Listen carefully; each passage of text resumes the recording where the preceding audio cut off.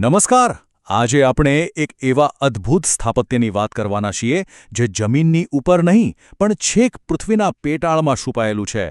જી હા, આજે આપણે ગુજરાતની એ શાનદાર ઐતિહાસિક ભૂગર્ભ જળ સંરચનાઓ વિશે જાણીશું, જેને આપણે વાવ તરીકે ઓળખીએ છીએ.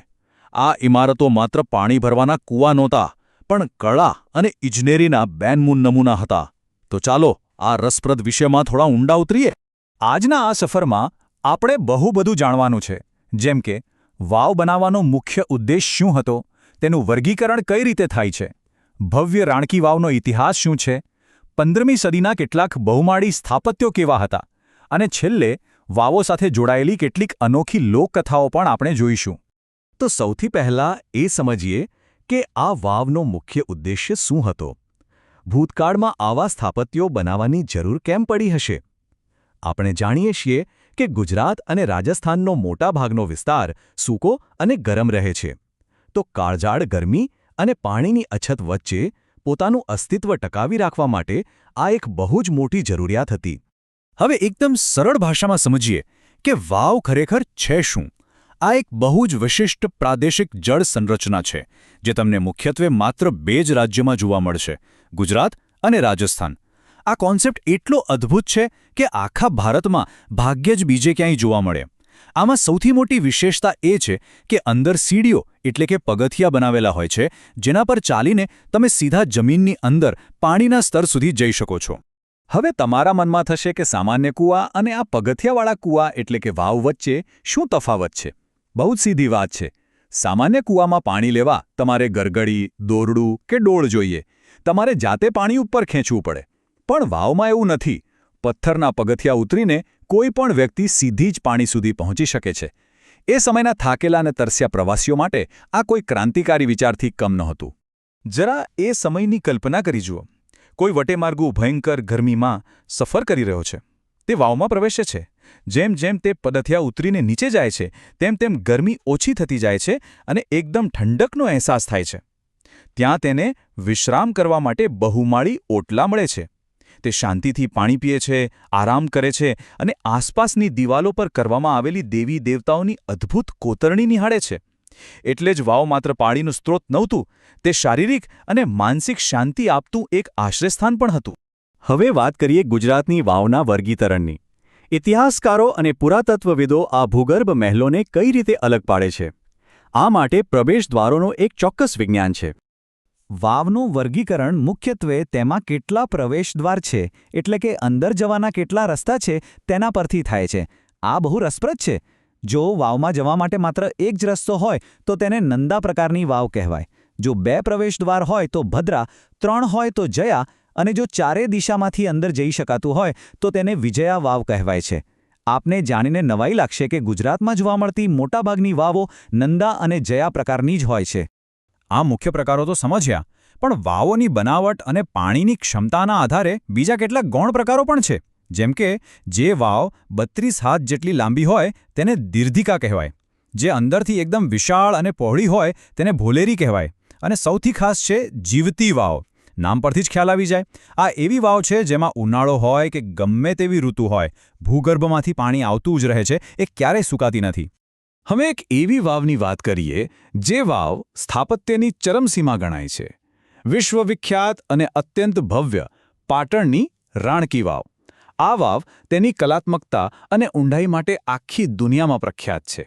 કોઈ અંદાજો લગાવી શકે કે આ વાવ કેટલી ઊંડી હશે? 7. જી હા, રાણકી વાવ જમીનની અંદર પૂરા 7 માળ ઊંડી છે. આ જયા પ્રકારની વાવ છે, એટલે કે તેમાં અંદર જવાના 3 રસ્તાઓ છે. આ ભવ્ય સ્થાપત્ય ઈસવીસન 1063માં સોલંકી વંશના રાજા ભીમદેવ પહેલાની યાદમાં તેમના પત્ની રાણી ઉદયમતી દ્વારા બનાવવામાં આવ્યું હતું. આ વાવનો ઇતિહાસ કોઈ ફિલ્મી વાર્તા જેવો રોમાંચક છે. થયું એવું કે વર્ષો પહેલાં સરસ્વતી નદીમાં ભારે પૂર આવ્યું અને આ આખી 7 માળની વાવ કાંપ અને માટી નીચે દટાઈ ગઈ. દાયકાઓ સુધી તો કોઈને ખબર જ નહોતી કે જમીન નીચે આવો કોઈ ખજાનો છે. પછી ભારતીય પુરાતત્વ વિભાગે વર્ષો સુધી ખોદકામ કર્યું અને તેને ફરીથી દુનિયા સમક્ષ જીવંત કરી. આજે આ વાવ યુનેસ્કો વર્લ્ડ હેરિટેજ સાઇટ છે, જ્યાં ભગવાન વિષ્ણુના દશાવતારની અદ્ભુત મૂર્તિઓ છે અને હા, આપણી 100 રૂપિયાની નવી નોટ પાછળ જે ચિત્ર છે ને એ આ જ રાણકી વાવનું છે. રાણકી વાવની ભવ્યતા જોયા પછી હવે આપણે ઇતિહાસના એક એવા વર્ષ તરફ જઈએ જે વાવ નિર્માણ માટે બહુ જ મહત્વનું સાબિત થયું હતું. એ વર્ષ હતું 1499. વર્ષ 1499માં ગુજરાતને 2 અત્યંત શાનદાર 5 માળ ઊંડી વાવોની ભેટ મળી. અને એક રસપ્રદ વાત નોટ કરવા જેવી છે કે આ બંને વાવોનું નિર્માણ પ્રભાવશાળી મહિલાઓ દ્વારા જ કરાવવામાં આવ્યું હતું. અમદાવાદમાં બાઈ હરીર દ્વારા દાદા હરીની વાવ બંધાઈ અને બિલકુલ એ જ વર્ષે ગાંધીનગરમાં રાણી રૂડાબાઈ દ્વારા તેમના પતિની યાદમાં પ્રખ્યાત અડાલજની વાવનું નિર્માણ થયું. આ બંને વાવો ભલે એક જ વર્ષમાં બની, પણ સ્થાપત્યની દ્રષ્ટિએ બંને સાવ અલગ છે. દાદા હરીની વાવ એ એક દુર્લભ ભદ્રા પ્રકારની વાવ છે, એટલે કે તેમાં 2 પ્રવેશદ્વાર છે અને અંદરનો ભાગ અષ્ટકોણીય છે, જે ઇન્ડો ઇસ્લામિક શૈલીમાં બનેલો છે. જ્યારે અડાલજની વાવ એ જયા પ્રકારની, એટલે કે 3 રસ્તાઓવાળી વાવ છે. તેમાં તમને હિન્દુ દેવી દેવતાઓ, જૈન પ્રતીકો અને નવગ્રહોની ખૂબ જ બારીક અને સુંદર કોતરણી જોવા મળશે.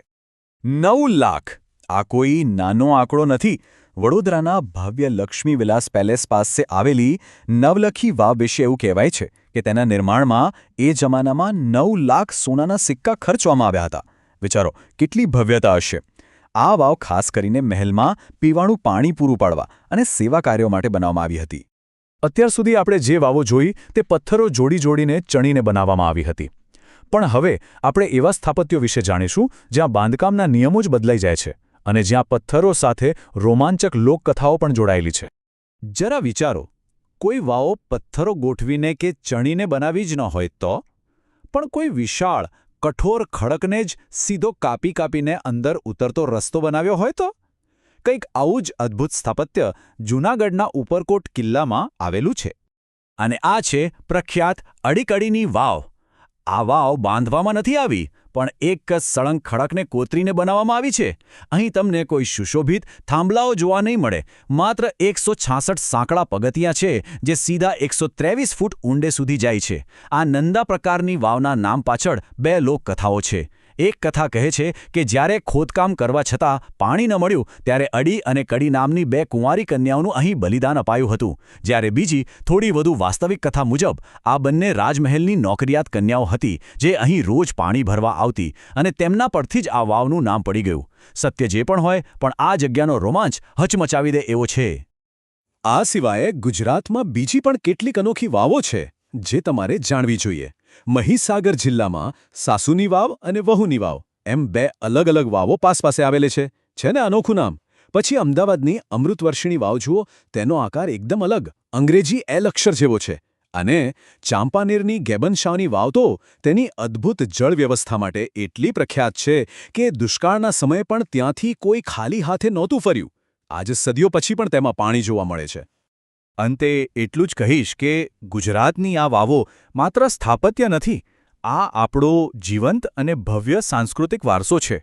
આ એવા ભૂગર્ભ મહેલો છે જેણે સદીઓ સુધી તરસ્યા લોકોને જીવનદાન આપ્યું છે. પણ આજે એક સવાલ થાય, રાણકી વાવ જેવા અમુક સ્થાપત્યો યુનેસ્કો દ્વારા સચવાયેલા છે, પણ શું બાકીની આ ઐતિહાસિક અજાયબીઓ આપણે યોગ્ય રીતે જાળવી શકીશું કે પછી સમય જતાં તે ફરીથી પૃથ્વીના પેટાળમાં ખોવાઈ જશે? આ ખરેખર વિચારવા જેવી બાબત છે. આજના આ રસપ્રદ વિશ્લેષણમાં મારી સાથે જોડાવા બદલ આપ સૌનો ખૂબ ખૂબ આભાર.